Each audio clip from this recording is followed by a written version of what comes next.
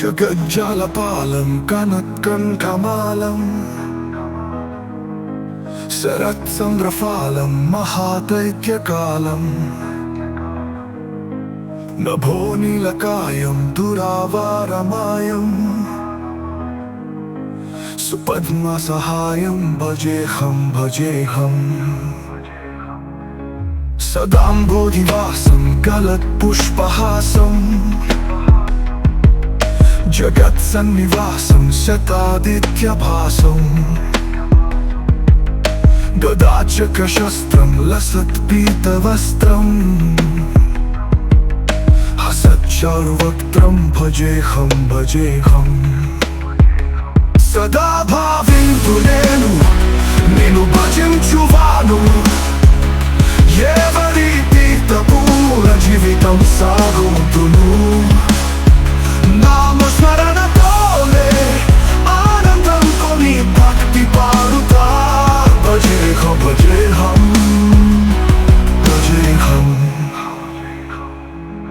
रमाकण्ठहारं श्रुतिव्रातसारं जलान्तर्विहारं धराभारहारम् चिदानन्दरूपं मनोज्ञस्वरूपं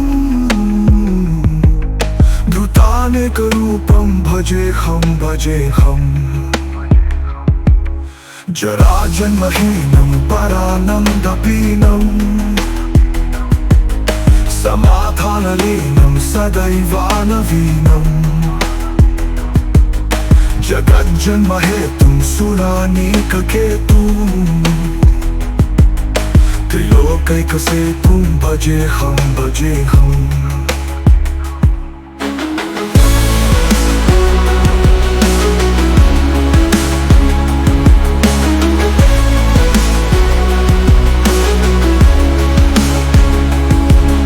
कृताम्नायगानं खगाधीशयानं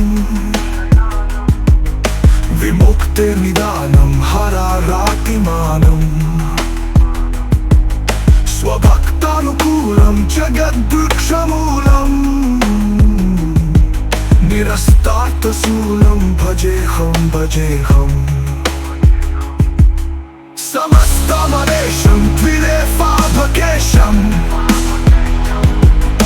जगद्बिम्बलेशं हृदाकाशवेशं सदा दिव्यदेहं विमुक्ताखिलेऽहं वैकुण्ठगेऽहं भजेऽहं सुरालिबलिष्ठं त्रिलोकीवरिष्ठं गुरूणां गरिष्ठं स्वरूपैकनिष्ठं सदायुधधीरं महावीरवीरं भवाम्बोधितीरं भजेऽहं रमा वामभागं तलालग्ननागं कृताधीनयागं गतारागरागं मुनीन्द्रैस्सुगीतं सुरैः सम्परीतं गुणौघैरतीतं भजेऽहं फलश्रुति इदं यस्तु नित्यं समाधाय चित्तं पठेदष्टकं कण्ठहारं मुरारेः सविष्णुर्विशोकं ध्रुवं याति लोकं जराजन्मशोकं पुनर्विन्दते न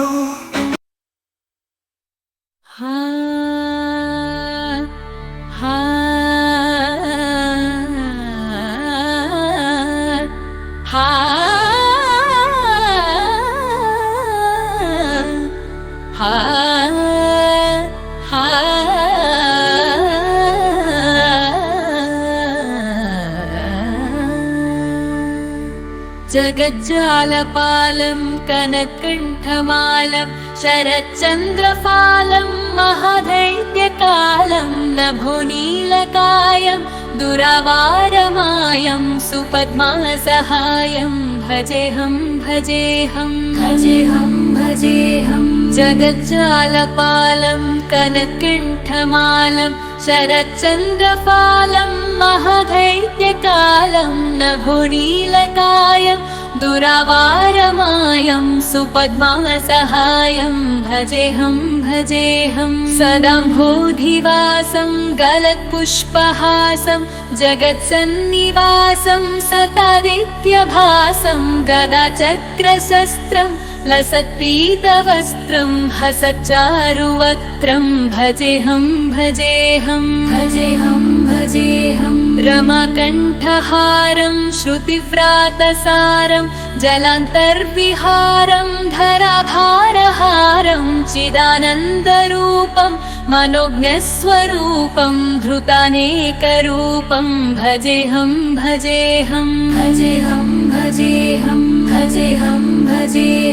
जराजन्महीनं परानन्दपीनं समाधानलीनं सदैवानवीनं जगज्जन्महेतुं सुरानीककेतुं त्रिलोकैकसेतुं भजेऽहं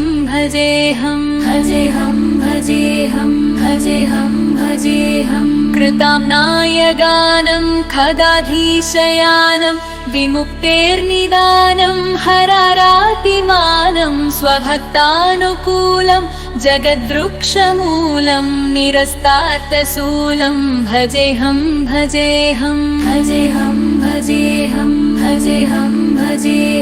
समस्तामरेशं द्विरेफाभकेशं जगद्बिम्बलेशं हृदाकाशवेशं सदा दिव्यदेहं विमुक्ताखिलेहं सुवैकुण्ठगेहं भजेऽहं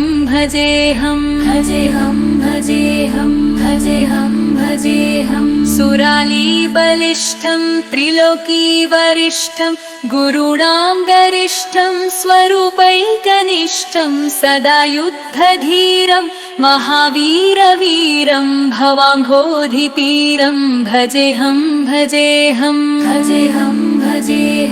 रमावामभागं तलालग्ननागं कृताधीनयागं गतारागरागं मुनीन्द्रैः सुगीतं सुरैः सम्परीतं गुणुघैरतीतं भजेऽहं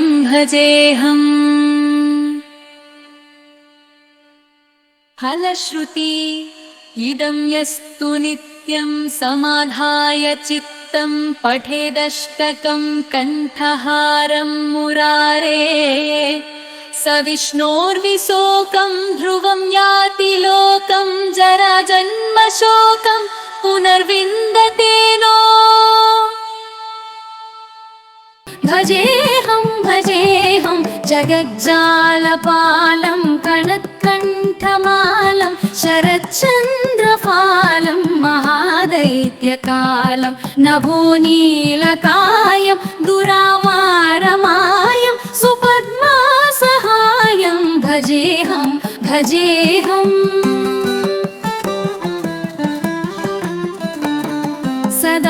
सदाम्भोधिवासं गलत्पुष्पहासं जगत्सन्निवासं शतादित्यभासं गदाचक्रशस्त्रं लसत्पीतवस्त्रं हसच्चारुवक्त्रं भजेऽहं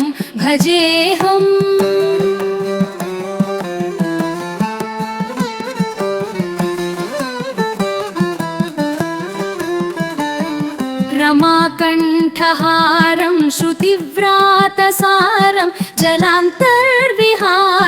धराभारहारं चिदानन्दरूपं मनोज्ञस्वरूपं धृतानेकरूपं भजेऽहं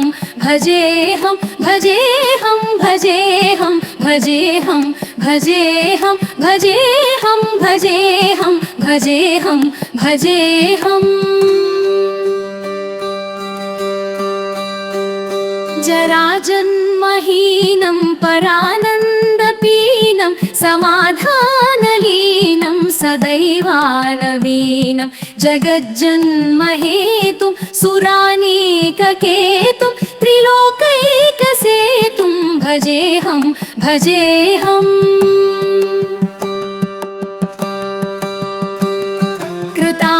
कृताम्नायगानं खगाधीशयानं विमुक्तेर्निदानं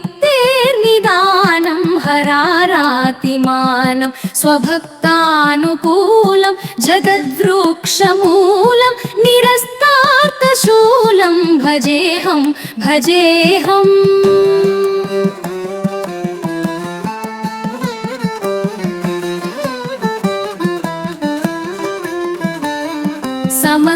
समस्तामरेशं द्विरेफाभकेशं जगद्बिम्बलेशं हृदाकाशवेशं सदा दिव्यदेहं विमुक्ताखिलेहं सुवैकुण्ठगेहं भजेऽहं भजेऽहम्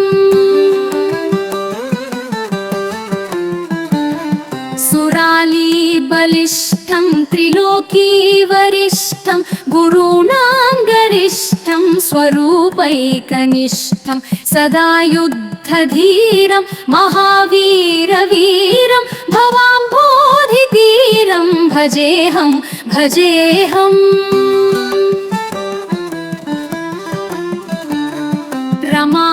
रमावामभागं प्रलालग्ननागं कृताधीनयागं गतारागरागं मुनीन्द्रैः सुगीतं सुरैः सम्परीतं गुणौघैरतीतं भजेऽहं भजेऽहम् फलश्रुति इदं यस्तु नित्यं समाधाय चित्तं पठेदष्टकं कण्ठहारं मुरारे स विष्णोर्विशोकं ध्रुवं याति लोकं जराजन्मशोकं पुनर्विन्दते नो भजेऽहम्